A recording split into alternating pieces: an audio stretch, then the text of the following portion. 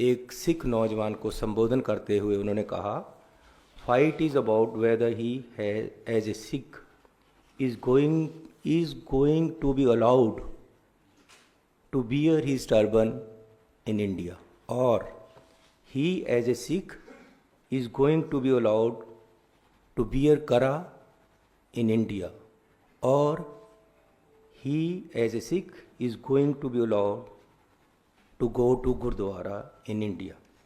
And thus that's what the fight is about, and not just for him, for all religions. उन्होंने चिंता जाहिर की है कि जिस तरीके से देश में दलित, एससी, एसटी, ओबीसी और मिनॉरिटीज़ को ट्रीट किया जा रहा है और जिस तरीके से इनके खिलाफ एक जहाज छेड़ा हुआ है बीजेपी ने हर तरीके से, आने वाले समय में ऐसा होगा या हो सकता है कि सिखों को टर्बन पहनने की भी अनुमति ना हो। क्या वो होगी या नहीं होगी, ये चिंता जाहिर की है और एक वैलिड चिंता है। उन्होंने सिक्खी की बात की है, सिखों के हक में बात की है, हम उनकी सराहना करते हैं। और जिस तरीके से उन्होंने सिख धर्म के प्रति अपनी श्रद्धा दिखाई और श्री हरमंदिर साहिब में जाकर सेवा भी की है, अक्सर जाते हैं, उससे सिख उनसे प्रभावित हैं। और ये जो जहाद अब जिस तरीके से बीजेपी इस उनकी जो स्टेटमेंट है इसको मिस इंटरप्रेट कर रही है, वो एक्चुअली क्या है, वो ये नहीं कह रहे हैं कि जी ये बाहर जाकर बोला है इसलिए बदनाम हो गए हम। एक्चुअली उनको तकलीफ ये है कि राहुल गांधी जी ने सिखों के हक में बोला है। तकलीफ ये है कि इन्होंने सिखों के हक में क्यों बोला, इसलिए लड़ाई दूसरी तरफ से बनाकर सिखों को बदनाम करने की कोशिश की जा रही है और राहुल गांधी जी को बदनाम करने की कोशिश की जा रही है। जो उन्होंने चिंता जाहिर की है वो जायज़ है और उसके बहुत सारे उदाहरण भी दिए जा सकते हैं मिनॉरिटीज़ में, दलितों में, एसटी, ओबीसी में, कि किस तरीके से मौजूदा सरकार इनको दबा रही है और किस तरीके से इनके साथ व्यवहार किया जा रहा है। जो भी किसानी की बात करता है, जो पंजाब की बात करता है, जो सिखों की बात करता है, जो मिनॉरिटी की बात करता है, जो एससी एसटी की बात करता है, उसको या खालिस्तानी कहा जाता है या देश विरोधी कहा जाता है। ये कोई नई बात नहीं है। अगर राहुल जी ने कहा है तो पूरा पंजाबी लोग और हम सिख लोग उनके साथ हैं और हम उनकी सराहना करते हैं। He framed these issues as part of broader struggle for religious freedom in India. So Rahul ji ने जो बोला है हम उसके साथ हैं और बीजेपी सिखों की भावनाओं के साथ खेलना बंद करे। कुछ ऐसे सिख जो गद्दार तरीके से काम करते हैं बीजेपी में जाकर, उनको आगे खड़ा करके राहुल गांधी जी के जिस तरीके से खिलाफ बोला जा रहा है और धमकियां दी जा रही हैं और जान से मारने तक की धमकियां दी गई हैं, ये देश की डेमोक्रेटिक सिस्टम के लिए अच्छा नहीं है। किस तरफ बीजेपी सरकार देश को ले जा रही है ये बीजेपी को सोचना पड़ेगा। और वो जो ये मरवाहा जैसे लोग हैं जिन्होंने उनको धमकियां दी हैं, उसी समय उन पे पर्चा हो जाना चाहिए था कि देश के ऑपोजिशन लीडर को किस तरीके से कि जी जो हाल तुम्हारे पूर्वजों का हुआ तुम्हारा भी होगा। ये धमकियां जो दी गई हैं इन पे उसी समय पर्चा हो जानी चाहिए था और हम मांग भी करते हैं कि उन पे पर्चा हो। और ये जो सारा कुछ हो रहा है इलेक्शन को देखकर, जो मेन मुद्दे हैं उनसे ध्यान लोगों का भड़काने के लिए, उनकी इंटेंशन डाइवर्ट करने के लिए ये सारा कुछ हो रहा है। मैं पूछना चाहता हूँ कि पंजाब एक खेती प्रधान सूबा है। बहुत तरीके से पंजाब को उस वहाँ की अर्थव्यवस्था तहस नहस करने के लिए किसानों के खिलाफ कार्रवाइयाँ की जाती, उनके खिलाफ काले कानून लेकर आते हैं।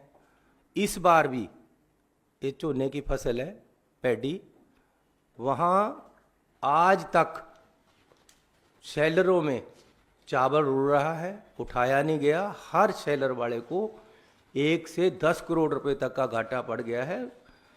सरकार चाहती है कि पंजाब में खेती ना हो, इसलिए खेती वालों को हैरान किया जा रहा है, उनको परेशान किया जा रहा है, उनके बिजनेस खराब किए जा रहे हैं, उनकी फसल उठाई नहीं जा रही।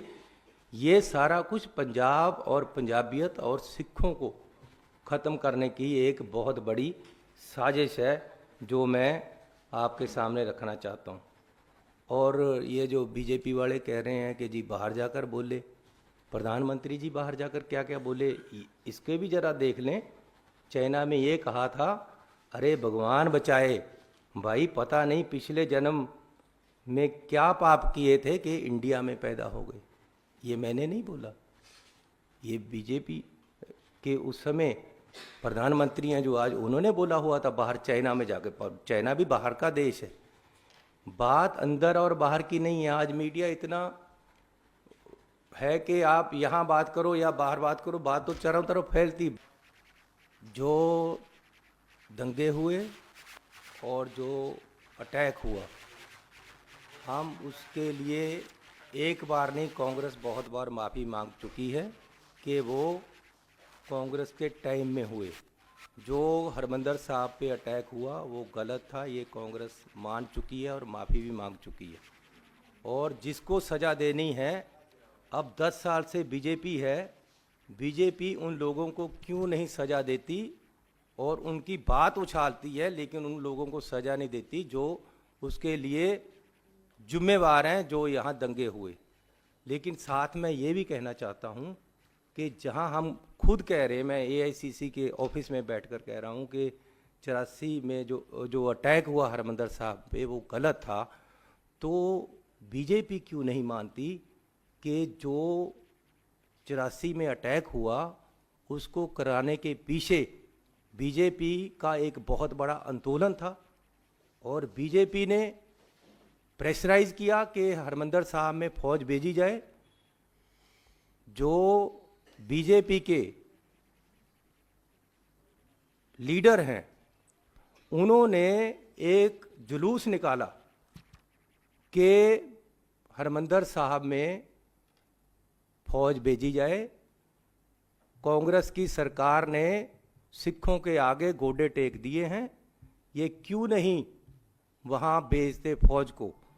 और बीजेपी अडवाणी जी ने अपनी book my country my life में इस चीज़ को इंडोर्स किया है कि उन्होंने एक आंदोलन चलाया, जहाँ बीजेपी ने और बहुत सारे आंदोलन चलाए। वहाँ एक आंदोलन ये भी था कि हरमंदर साहब में फौज को भेजकर वहाँ जो लोग हैं उनको पकड़ा जाए, उनको मारा जाए। ये ऑन रिकॉर्ड है। तो यहाँ तक कि आरएसएस के एक नेता जिनको भारत रत्न का पुरस्कार भी मिला, उन्होंने कहा कि जो ये दंगे यहाँ हुए वो परिणाम था आक्रोश का और गुस्से का, जिनको उन्होंने जायज़ ठहराया है। तो कांग्रेस ने माफ़ी मांग ली है। बीजेपी इन दंगों को कराने में, बीजेपी और आरएसएस हरमंदर साहब पे अटैक कराने में कब माफ़ी मांगेगी? मैं उनसे ये पूछना चाहता हूँ कि जो तुम्हारा रोल था उसकी आप कब माफ़ी मांगोगे? कांग्रेस ने माफ़ी मांगी है। आज भी मैं कहता हूँ कि गलती की गई कांग्रेस की तरफ से, क्योंकि कांग्रेस के राज में दंगे हुए, इसलिए माफ़ी उन्होंने मांगी है। लेकिन गुजरात के दंगों की कौन माफ़ी मांगेगा? ये भी आज एक सवाल है। मैं फिर भी गुजरात पे नहीं जाना चाहता, मैं पंजाब पे ही रहना चाहता हूँ, क्योंकि पंजाब की बात इन्होंने की है। इसलिए जो अटैक हुआ उसमें बीजेपी और आरएसएस का भी उतना ही हाथ था, इसलिए उनको भी माफ़ी मांगनी चाहिए।